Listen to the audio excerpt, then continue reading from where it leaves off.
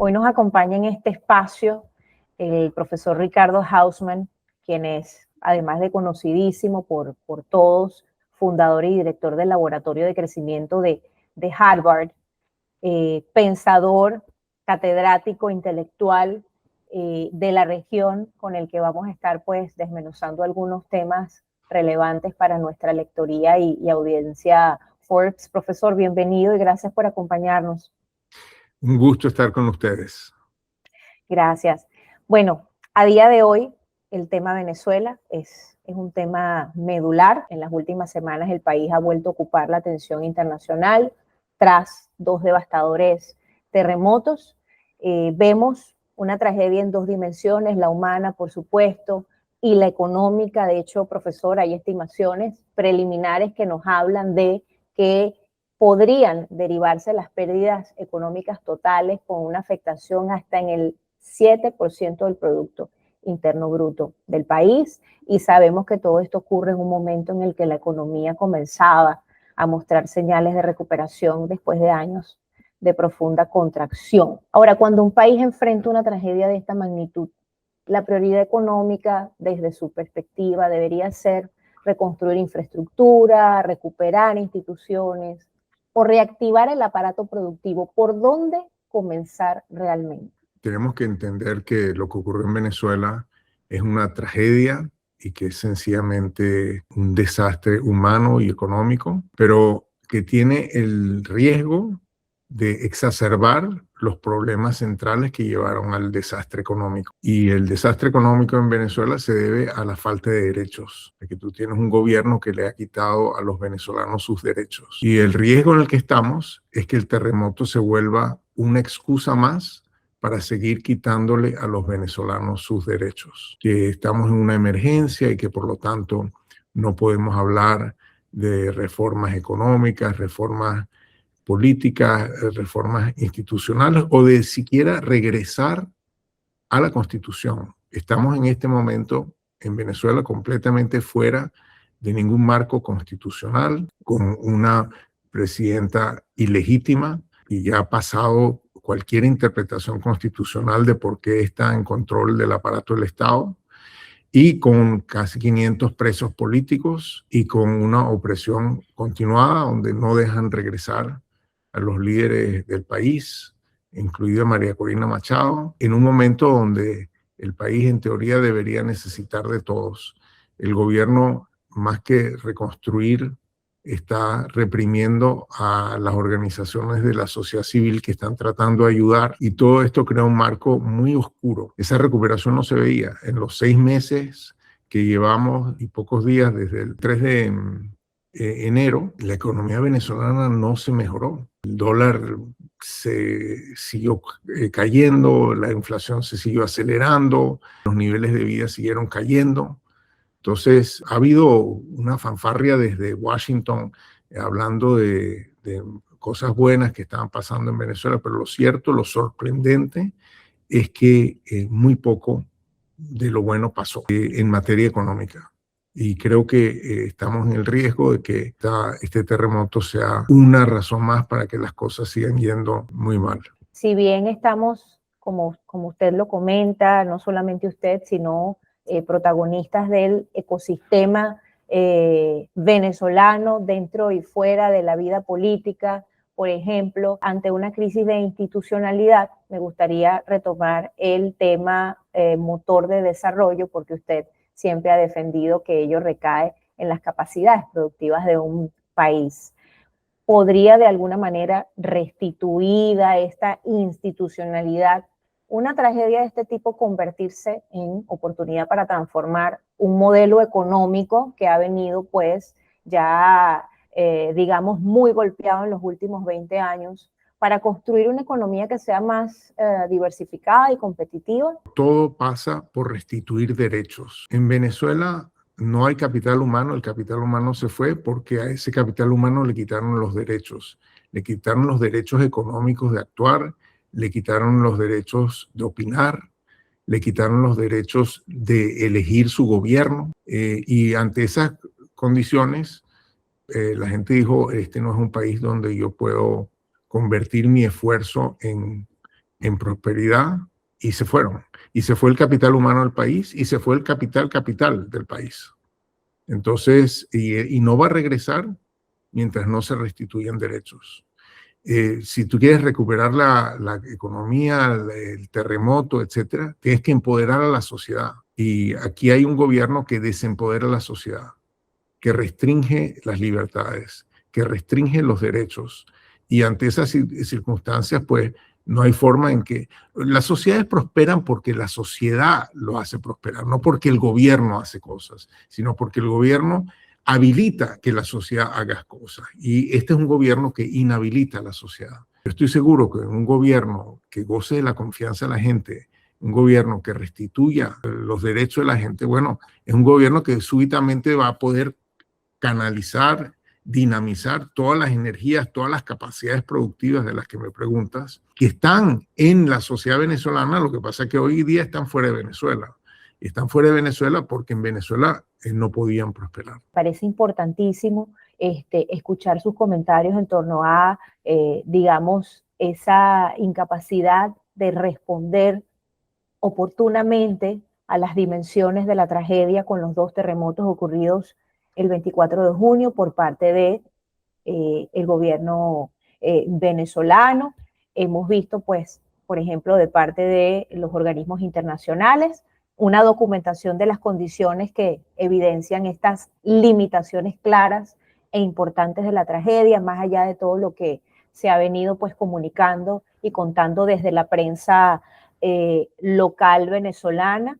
Creemos que de alguna manera, profesor, esto develó las bases de la crisis en el sistema venezolano, pues que van desde el sector salud hasta una adecuada dotación, por ejemplo, y formación de las instituciones que han debido responder a esta tragedia. ¿Cuáles son sus consideraciones? El estilo de esta dictadura se vio muy claramente en el terremoto. O sea, se cayeron una enorme cantidad de edificios. Habían muchísimos venezolanos dispuestos a ir a ayudar. Y en vez de ordenarlos, guiarlos, etcétera, les prohibieron el acceso, los obligaron, si querían voluntariarse, a irse a registrar en un lugar en Caracas, para que, no sé, pues, los pudiesen haber registrado sencillamente por WhatsApp.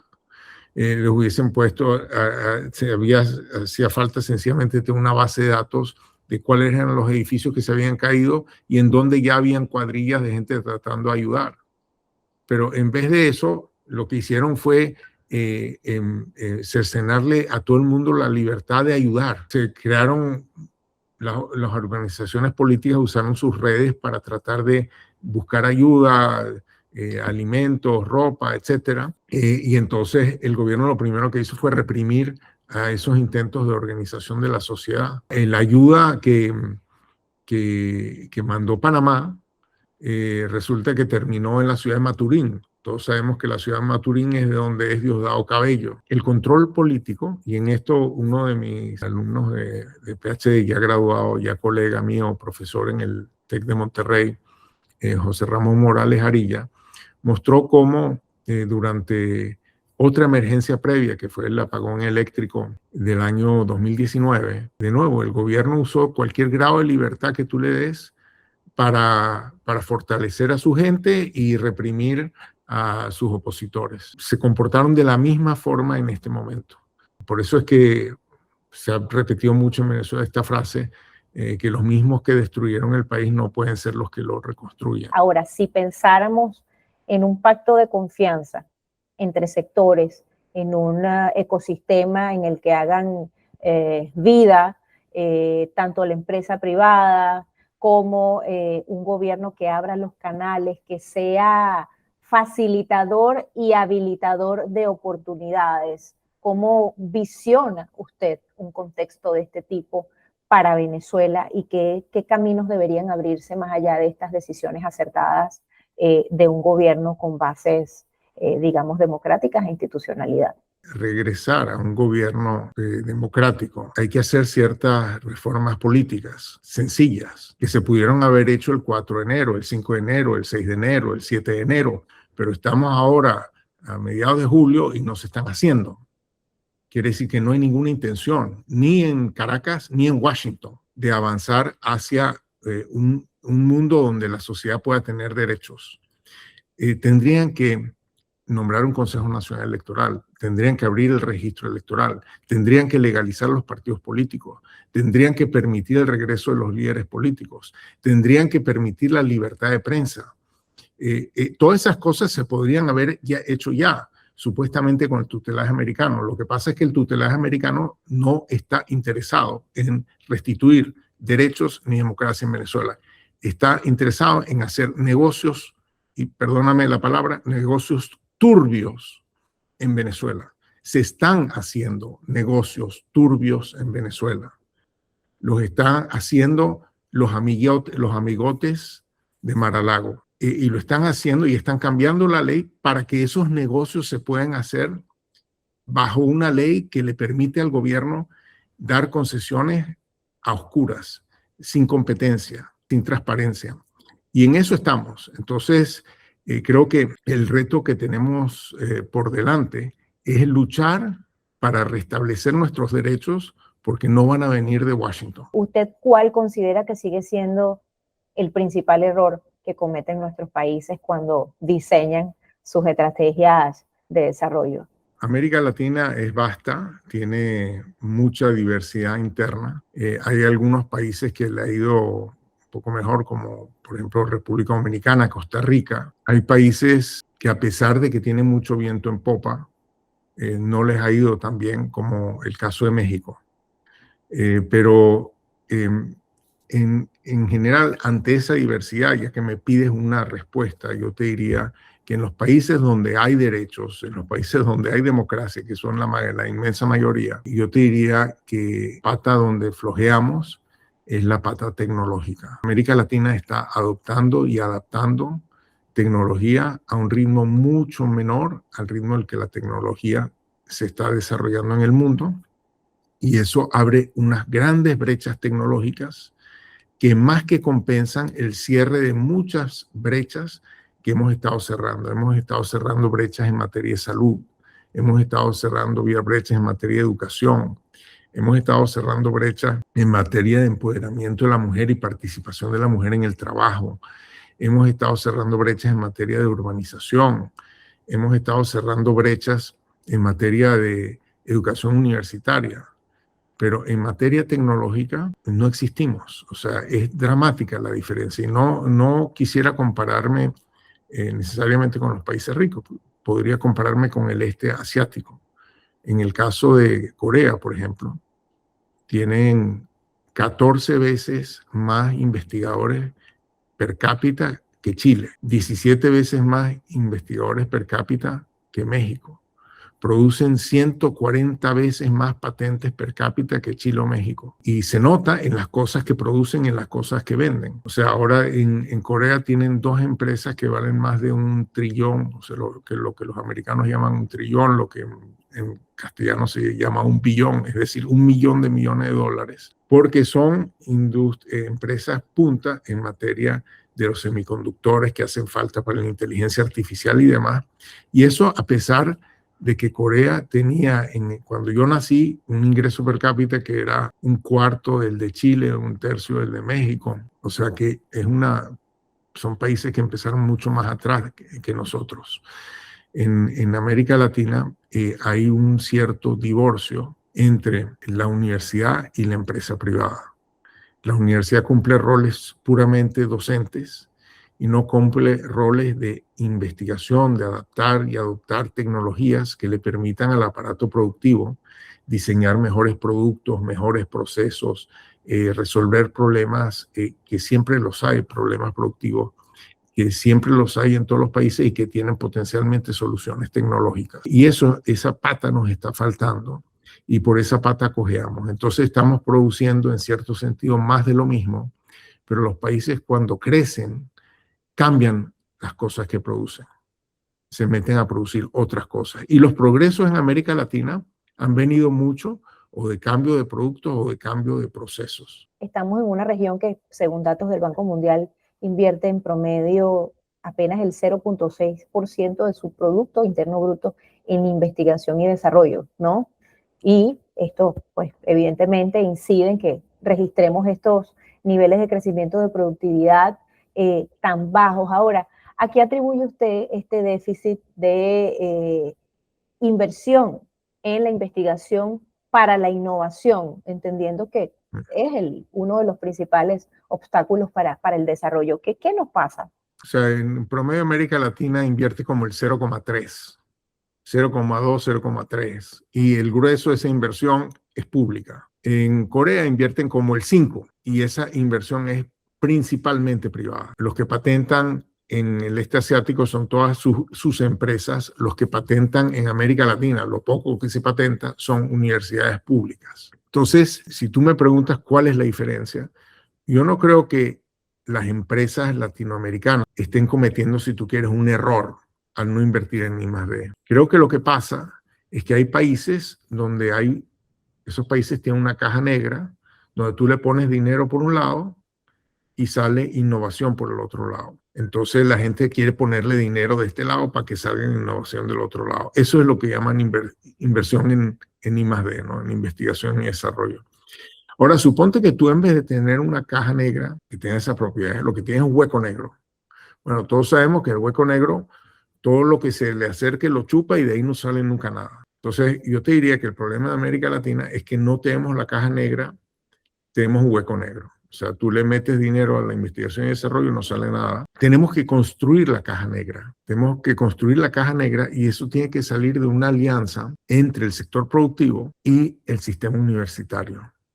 Las universidades en América Latina cumplen roles fundamentalmente docentes. Las universidades tienen que transformarse a convertirse en universidades de investigación y docencia. Tienen que cambiar sus profesores y tienen que cambiar la forma como contrata recursos humanos, tienen que cambiar la forma como se financian. Se tienen que financiar precisamente con estos gastos de I+D que deben venir con prioridades del aparato productivo y que le darían a las universidades más recursos con los cuales hacer cosas. Ese cambio en el ecosistema de innovación es donde creo que tenemos que poner la atención.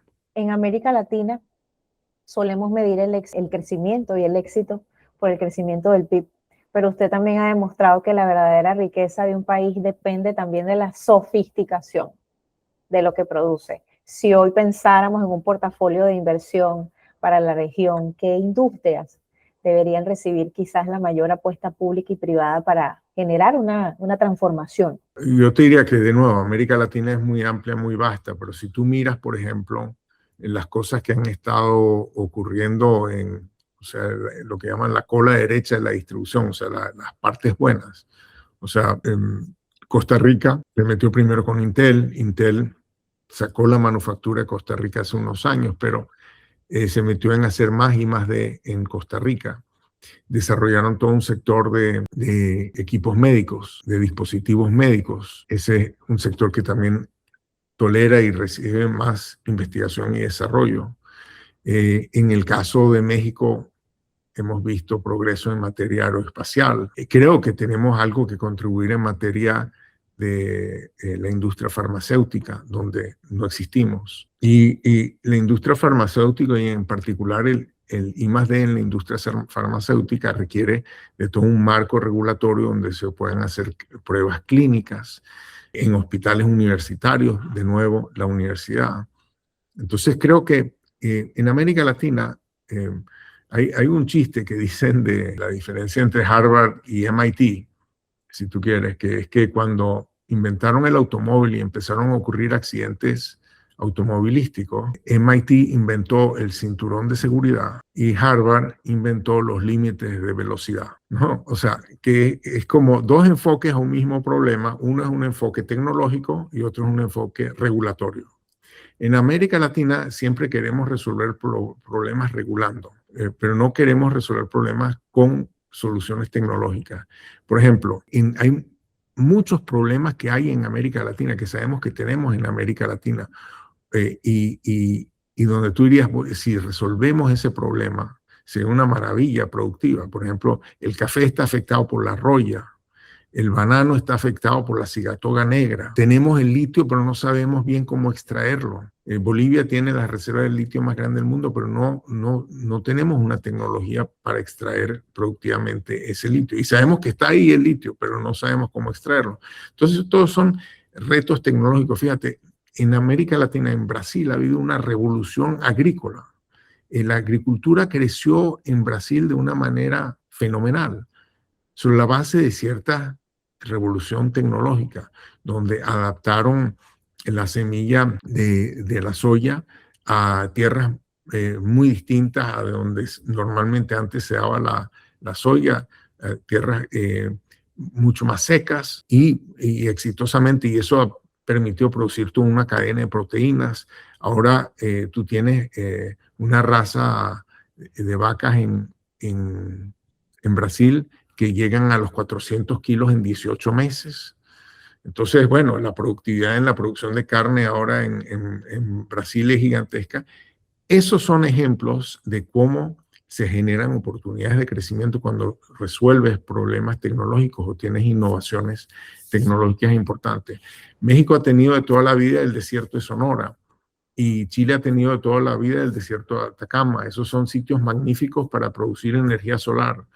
Bueno, y resulta que estamos a la saga en la instalación de capacidad solar y no existimos en el desarrollo de tecnología solar. Estamos en ese negocio. Entonces, allá, esas son las muchas oportunidades que se abrirían con una agenda tecnológica más fuerte. Profesor, ahora que menciona la agenda tecnológica, usted estuvo en enero en Ciudad de Panamá como parte de la agenda de lo que fue el Foro Económico Internacional para Caribe y América Latina y el Caribe, y me gustaría retomar este tema desde dos aristas. Una, ¿cómo ve usted, digamos, la posición de Panamá como ese hub que sigue sirviendo de plataforma, de tarima para que se lleven a cabo estas conversaciones tan relevantes? Fue un encuentro pues que aglutinó a pensadores de todo el mundo que hacen vida no solamente en el sector público, sino también en el privado y en el académico.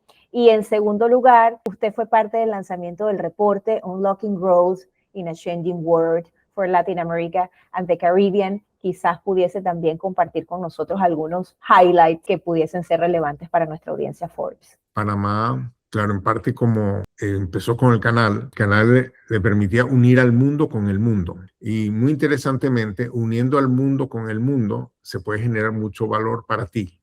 Es decir, en este caso para Panamá. Porque mientras los americanos estuvieron administrando el canal generó relativamente poca derrama, poco impacto positivo sobre el resto del desarrollo de Panamá. Pero en el momento en que Panamá tomó control del canal, se dijeron, bueno, esto más que solamente atravesar, de pronto podría ser un centro más logístico. Entonces, produjeron puertos en el lado Atlántico y en el lado Pacífico del país. Y entonces, para generar ahí, entonces, un ecosistema de logística.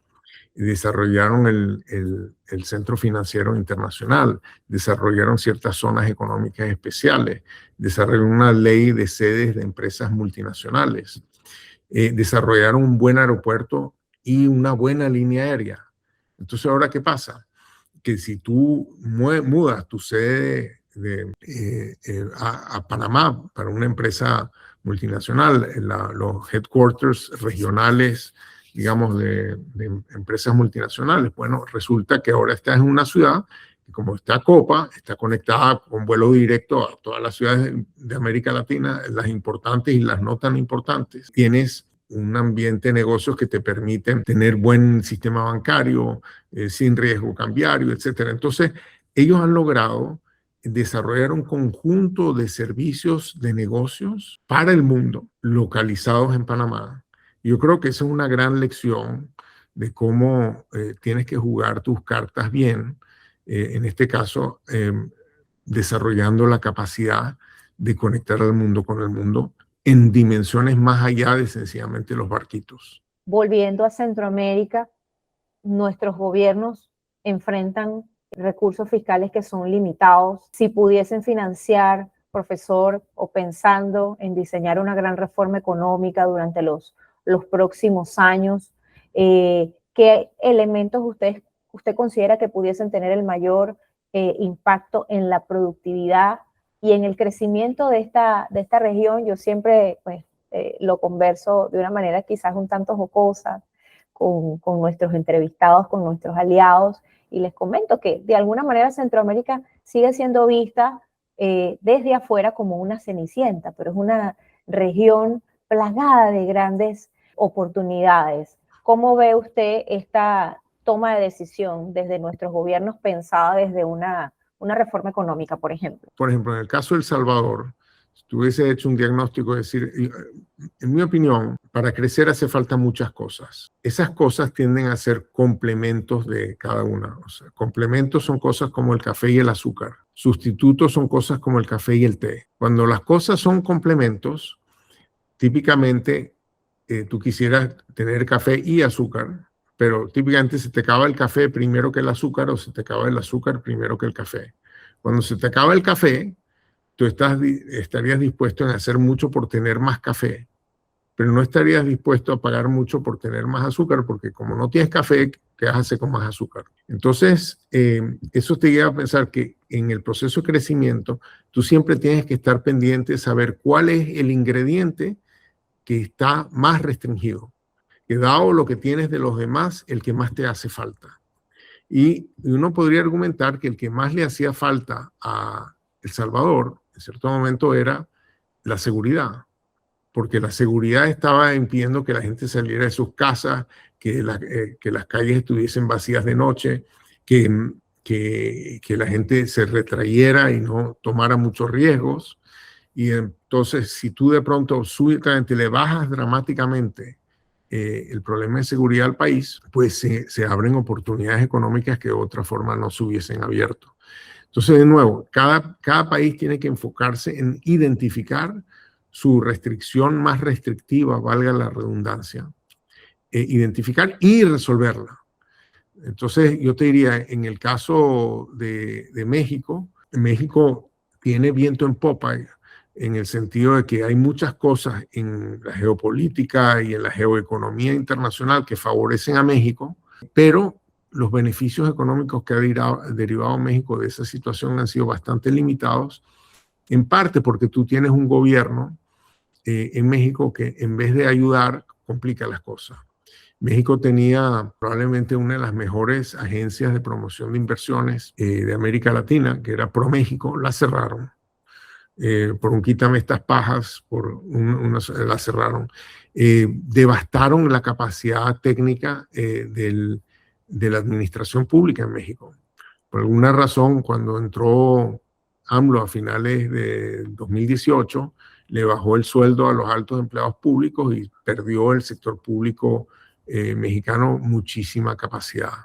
En México prácticamente han ilegalizado o prohibido la minería. En todo caso, estamos en un momento donde todo el mundo habla de los minerales críticos y bueno, está el estado de Sonora, donde están muchos de esos minerales imposibilitados de desarrollarlos por una ley que pasó AMLO también. En el caso de México, yo creo que un gobierno que estuviese más comprometido con el crecimiento, el desarrollo y la tecnología. De hecho, también le cerraron los mecanismos que tenían de estímulo a la investigación y desarrollo. Entonces, ahí te diría, hay mucho que hacer para aprovechar las muchísimas oportunidades que el mundo le está dando a México, pero que México no está recuperando. Creo que hay mucho que aprender de Costa Rica.